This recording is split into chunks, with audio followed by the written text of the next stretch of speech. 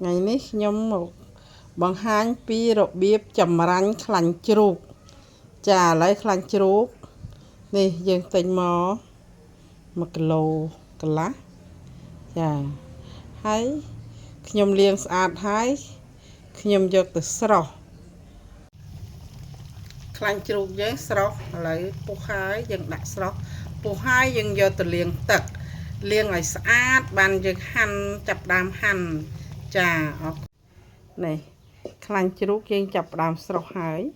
លាងទឹកស្អាតហើយចាឥឡូវខ្ញុំចាប់ដើមហាន់ឥឡូវខ្លាញ់ជ្រូកនេះខ្ញុំហាន់ហើយចាគឺយើងយកខ្លាញ់ខ្នងយកមកយើងស្រុះសិនយើងដាំទឹកក្តៅឲ្យពុះយើងដាក់ស្រុះហើយយើងយកទៅលាងទឹកចេញបន្ទាប់មកយើងហាន់ហើយឥឡូវយើងដាក់យកមកដាក់ក្នុងខ្ទះហើយយើងចំហៀវយើងដាក់ទឹកឲ្យលិចខ្លាញ់ចាយើងដាក់ទឹកឲ្យលិចខ្លាញ់ឲ្យវារីងទឹក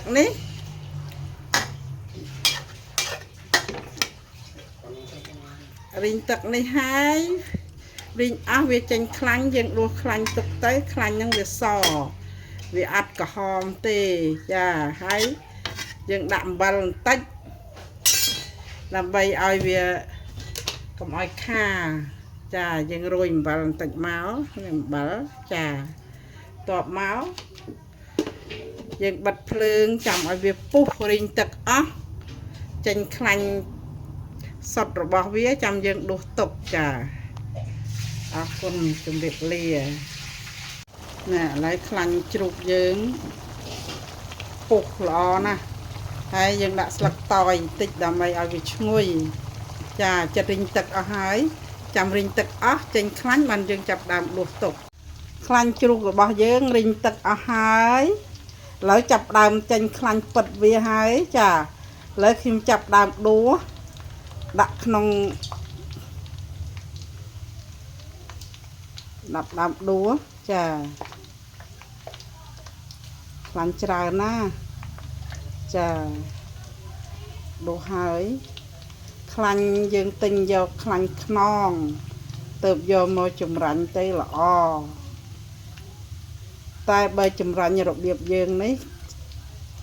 នៅសារសំណក់វាហ្នឹងអត់សូវឆ្ងាញ់ទេអត់ស្រួយទេតែចំហៀវរបៀបនេះមានសុខភាពល្អចាចាប់ដើមដួសបានច្រើនណា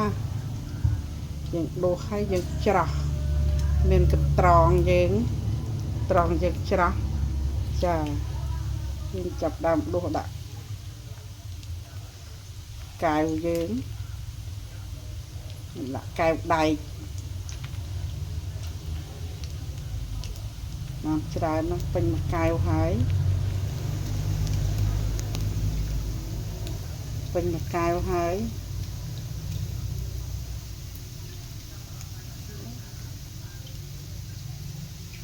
ួយកែវហើយយកកែវមួយទៀតដាក់អស់ទេមួយកែវ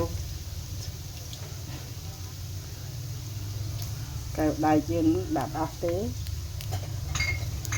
ដាក់កែវអូវិនខ្ញុំយកកែវអូវិនទីនមួយទៀតដាក់អស់ហើយអូវិនទីនមិនអស់ក្នុងហ្នឹង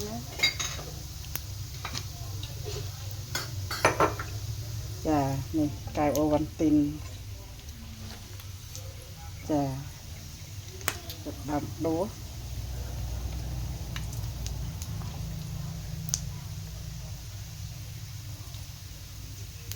ច្រើនបានច្រើន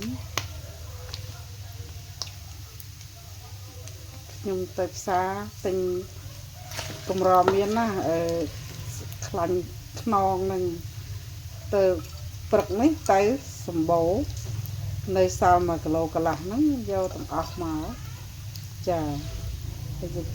ចម្រាញ់ទៅបានច្រើនគួរសមចាយើងទុកទៅដើម្បីធ្វើម្ហូ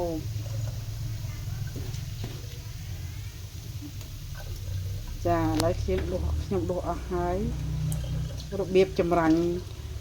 ខ្លាញ់ជ្រូកមានប៉ុណ្ណឹងឯងដំបូងយើងយកមកលាងទឹកវាឲ្យស្អាតយើងដាំទឹកហើយដាក់ស្រុះហើយយើងយកទៅលាងទឹកចេញហើយយើងហាន់ហើយយើងយកមកដាក់លើខ្ទះវិញឲ្យក្តៅបន្តិចយើងចាក់ទឹកថែមឲ្យលិចខ្លាញ់ជ្រូកនឹងហើយយើងពង្រោះវាឲ្យរីងទឹកអស់ចេញខ្លាញ់ពិតរបស់វាចាំយើងដួសខ្លាញ់វាដាក់ក្នុងកែវក្នុងនេះអស់ហើយចាប់ហើយចំណកខ្លាញ់នេះជំហាវរបៀបខ្ញុំនេះអត់សូវឆ្ងាញ់ទេវាអត់ស្រួយចាអរគុណច្រើនជំរាបលាបងប្អូនសាកបងធ្វើដូចខ្ញុំមើលទុកបានយូរអត់ធំក្លិនខ្លាញ់សល្អនេះខ្លាញ់សល្អចាអត់ខូចទេ